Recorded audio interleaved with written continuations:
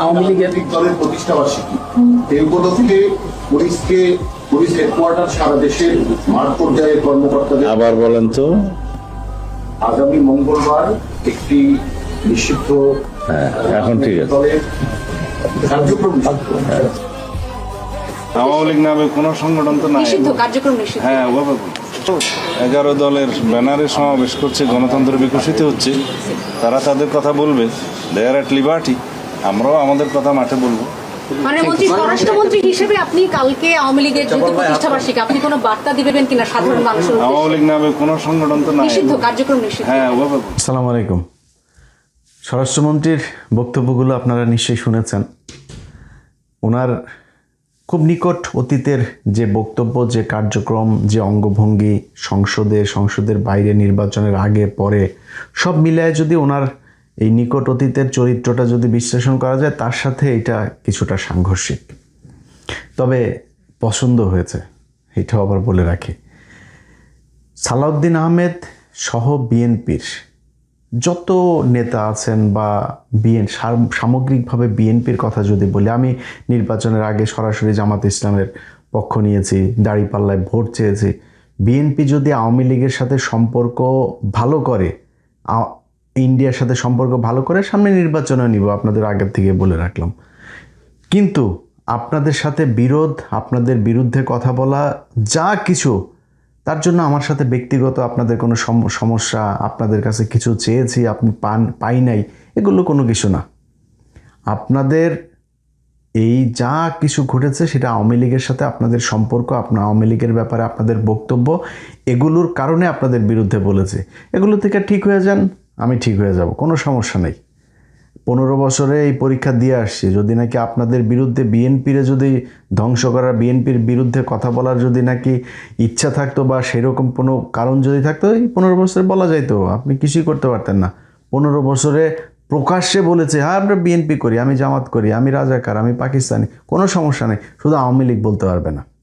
So সেই আওয়ামী লীগের প্রশ্নে আমার অবস্থান যা ছিল আজকেও তাই আছে।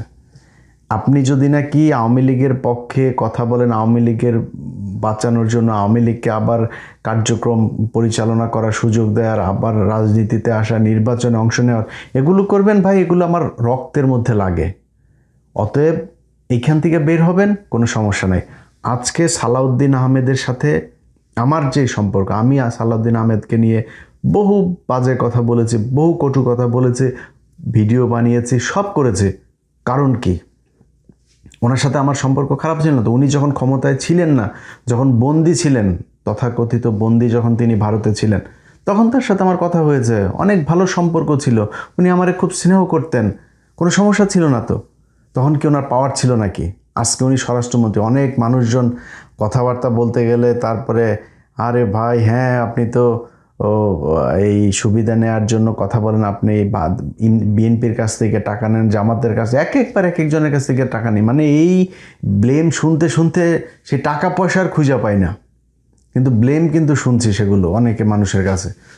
তো এখন আজকে সালাউদ্দিন আহমেদ স্বরাষ্ট্রমন্ত্রী, তার সাথে আমার সম্পর্ক যতটুকু ছিল, এই অতটুকুই যদি আমি খালি মেনটেন করতাম, অতটুকুই যদি ঠিক রাখতাম, আমার কোনো সমস্যা ছিল না তো?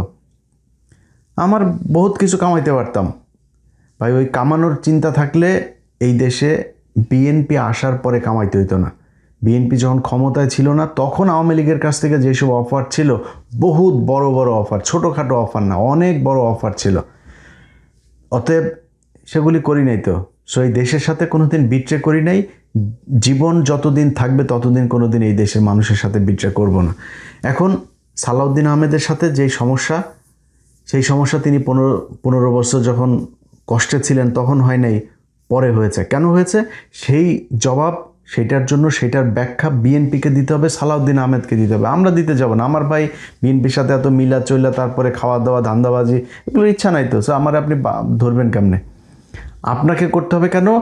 কারণ আপনি যখন বাংলাদেশে এসছেন, আপনি এস আলমের গাড়িতে চড়ে তারপরে বাড়িতে এসছেন, সেটার জন্য আবার মানুষের কাছে ক্ষমা চাইলেন। এরপরে করলেন কি?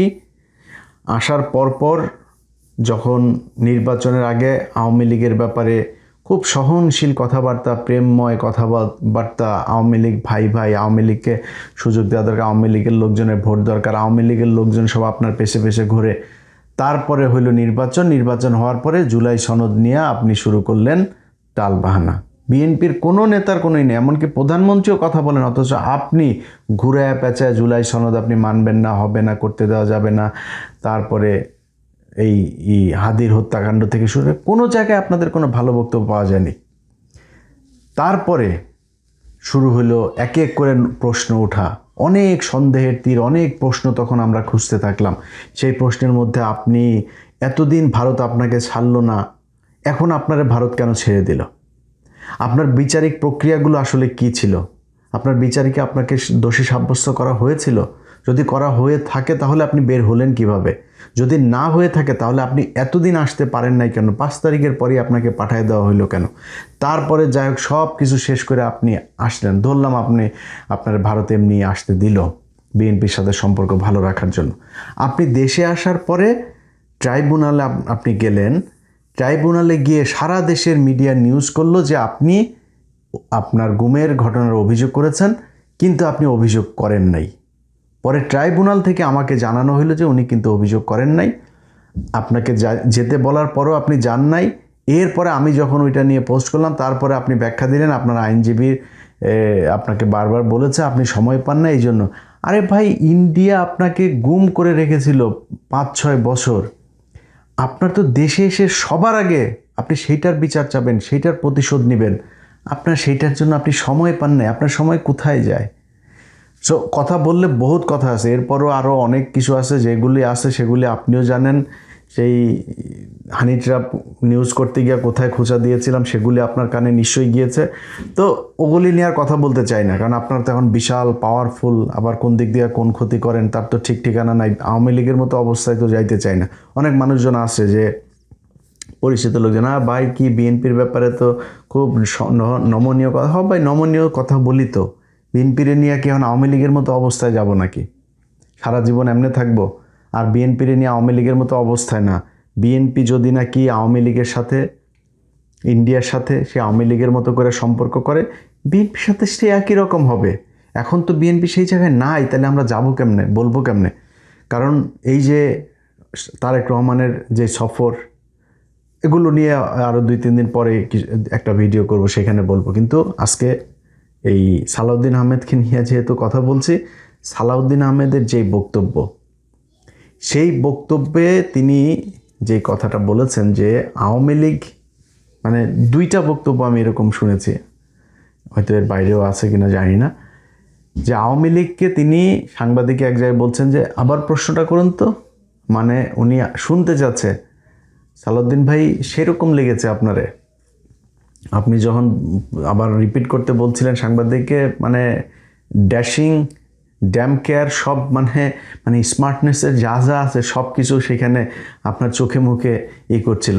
ভাই এইটাই চাই আপনি, ভাই আমার মানে যা আছে, আমার জায়গা জমি সম্পত্তি সব নিয়ে নেন, কোনো সমস্যা নেই ভাই। ইন্ডিয়ার ভারতের ব্যাপারে যদি আপনি কঠোর থাকেন, আপনি আমার বাপ, কোনো সমস্যা নেই। আমার আপনার প্রতি কোনো ক্ষোভ থাকবে না, কোনো জেদ থাকবে না, রাগ থাকবে না, আপনার বিরুদ্ধে একটা কোনো পোস্ট করব না, কিচ্ছু করব না। অতএব এই জায়গায় ভাই ঠিক থাকেন, আওয়ামী লীগের ব্যাপারে যেইভাবে কথা বলেছেন এইভাবেই থাকতে হবে। একটা জিনিস মাথায় রাখেন, আপনাদের আমি নিজেও ব্যক্তিগতভাবে, ধরেন আমার এখনও অনেক মানুষ জিজ্ঞেস করলে আমি একটা কথা বলি যে মানে কেমন আছে জিজ্ঞেস করে না, ভাই হাসিনা বাংলাদেশে নাই, এইটা আমাদের জন্য, মানে ধরেন আমি এখন যদি দেশে যাই, আমি ভাই কিছু না করে খাইলেও তো ভাই আমি 2-4 লাখ টাকা আমি মাসে চাকরির এরকম জায়গা আমি খুঁজে পাবো। মানে আমারে পুলিশ খুঁজবে না, আমার মানে জেল হবে না, ফাঁসি হবে না, ভয় থাকবে না, গুম হব না, ক্রস ফায়ারে যাবে না, আর কি লাগে? এটি তো বিশাল ব্যাপার। এবং বাংলাদেশে এরকম আমার মতো, বিশেষ করে বিএনপিতে এখন পাওয়ারে আছে, তারা তো আমার চাইতেও ভালো অবস্থানে আছে, তাই না? তাদের পুলিশ তো খুঁজে না, উল্টা পুলিশ তাদের কথা শুনে বহুত হাজার হাজার লক্ষ লক্ষ কোটি কোটি টাকার মালিক হয়ে গিয়েছে। তারা এখন লন্ডনে বাড়ি গাড়ি জমি জায়গা কিনছে, বিভিন্ন দেশে দেশে কিনছে তারা, তো এখন তো অনেক ভালো আছেন। তো সেই ভালো থাকার জায়গাটা যদি আপনি মানে স্মুথ করতে চান, প্রলং করতে চান, এটারে যদি ধারাবাহিকভাবে রাখতে চান, তাহলে আপনারা ভাই আওয়ামী লীগকে এই দেশে এইভাবেই রাখতে হবে। আওয়ামী লীগকে ইন করতে দেওয়া যাবে না। জামাতের সাথে আপনাদের রাজনৈতিক বিরোধিতা আছে, আমি নিজেও জামাতের পক্ষে ভোট চেয়েছি নির্বাচনের আগে, তো জামাতের সাথে এইটা থাকবেই ভাই। আপনি তো আপন ভাইয়ের সাথে ভাইয়ের গ্যাঞ্জাম হয় না জমি জায়গা নিয়ে, রাষ্ট্রীয় ক্ষমতা কে পাবে সেটা নিয়ে বিশাল গ্যাঞ্জাম হবে, মানুষ মারাও যাবে, এটা খুবই স্বাভাবিক একটা ব্যাপার আমাদের দেশের মধ্যে। চাই না, কিন্তু এটা যাবে, এটা খুব স্বাভাবিক ব্যাপার। তাই বলে সেই 71-এর গান গুন গায়া জামাতরে মাইনাস করে তারপরে আওয়ামী লীগরে ঢুকায়া, আওয়ামী লীগ কী জিনিস এইবার আরেকবার যদি আসতে পারে ওই দিন বুঝাই দিবে। আওয়ামী লীগ বুঝাইতে হবে না, ইন্ডিয়াই বুঝাই দিবে। অতএব যত জাউরামি করেন, চুরি করেন, লুচ্চামুখ করেন, বাটপারি করেন, যা মনে চাই করেন। আমি এই গেল 15 বছরে আমার বহু ভিডিওতে আমি বলেছি যে আওয়ামী লীগ যেইভাবে ক্ষমতায় আছে, এইভাবে যদি 15 বছর বিএনপি ক্ষমতায় থাকতে পারতো, তাইলে বিএনপি আওয়ামী লীগের চাইতেও হয়তো বেশি চুরি করতো। ওইটা কিন্তু প্রমাণ আপনারা কিন্তু প্রমাণ করে দিচ্ছেন। এই চুরি করছেন, কিন্তু প্রচুর চুরি করছেন, এবং চুরিতে আপনারা খুব পাকাপোক্ত, মানে খুব অভিজ্ঞতা সম্পন্ন চোর আপনারা। হ্যাঁ, চুরি করছেন, কিন্তু এটা নিয়ে এত হেজিটেশনের কিছু নাই, লজ্জা পাওয়ারও কিছু নাই। এটা চুরি করেন, এটা করেন। এবং যারা এমপি মন্ত্রী টন্ত্রী আছেন, আপনাদের যারা পোলাপান সন্তান টন্তান আছেন, আপনাদের বলি আপনাদের বাপ কিন্তু চুরি করে, আপনার বাপ চোর একজন। চুরি করে আইনে আপনাদেরকে বিশাল ভিআইপি জায়গায় রাখে, বিদেশে টিদেশে রাখতেছে, পড়াশোনা করাইতেছে, বিরাট আকারে ভিআইপি নতুন নতুন ব্র্যান্ডের গাড়ি টাড়ি নিয়ে চড়েন। চোরের বাচ্চা কিন্তু আপনারা, এটা মাথায় রেখেছেন। ওইটা নিয়ে কোনো সমস্যা নাই। বিএনপি চুরি করবে, জন্ম হয়েছে বাংলাদেশের রাজনীতিবিদদের চুরি করার জন্য, ওইটা কোনো সমস্যা না। ওইটা নিয়ে মাথা ঘামায় লাভ নেই। ওইটার কোনো সলিউশন আমি দিতেও পারবো না। অতএব যেটা সমস্যা ভারত, এই ভারতের জায়গাটা থেকে ঠিক থাকতে হইলে ভারতের বাংলাদেশে মূল ইনস্ট্রুমেন্ট এই আওয়ামী লীগ, তাদেরকে আপনাদের ঠিক রাখতে হবে।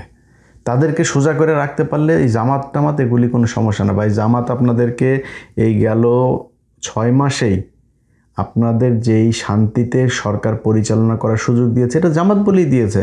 আজকে যদি আওয়ামী লীগ থাকতো তাহলে কী হইতো? ইভেন জামাত যদি ক্ষমতায় থাকতো তাহলে আপনারা কি করতেন একটু নিজেদের কোশ্চেন করেন। অনেক মানে তর্ক বিতর্ক, আপনাদের ভিতরে প্রতিযোগিতা, মারামারি, হাতাহাতি, অনেক কিছু হবে। বাট এটা মনে রাখেন যে মানে বাই রোটেশন আপনারা ক্ষমতায় আসবেন, জামাত একবার আসবে, আপনারা একবার আসবেন, তারা এটা নিয়ে আপনাদের ভেতরে ঝগড়া হবে, অনেক কিছু হবে, কিন্তু আপনাদের দুইজনকেই বাংলাদেশ পরিচালনা করতে হবে। এটা যদি করেন, আপনাদের সাথে আছি। বিএনপির সাথে আমার কোনো সমস্যা নেই, জামাতের সাথে আমার কোনো সমস্যা নেই। সবাই ভালোবাসি, এবং এটা যে ভালো যে বাসি সেটা গেল 15 বছর আপনারা যখন ক্ষমতায় ছিলেন না সেই সময় প্রমাণ দিয়েছি। এটা নতুন করে প্রমাণ করা কিছু নাই। এখন গজিয়ে ওঠা অনেক লোকজন আবার অতি বিএনপি হইতে যায়, তারা তো আবার অনেক কথাবার্তা বলে, তো সেগুলি বাদ দিলাম। সরাসরি যেহেতু স্বরাষ্ট্রমন্ত্রী বললাম, ভাই আপনার প্রতি কোনো ক্ষোভ নেই, কোনো সমস্যা নেই, যেইভাবে বলেছেন এইভাবে চালায় যান। আমরাও তখন বলবো যে সালাউদ্দিন আহমেদ জিন্দাবাদ। আল্লাহ হাফেজ।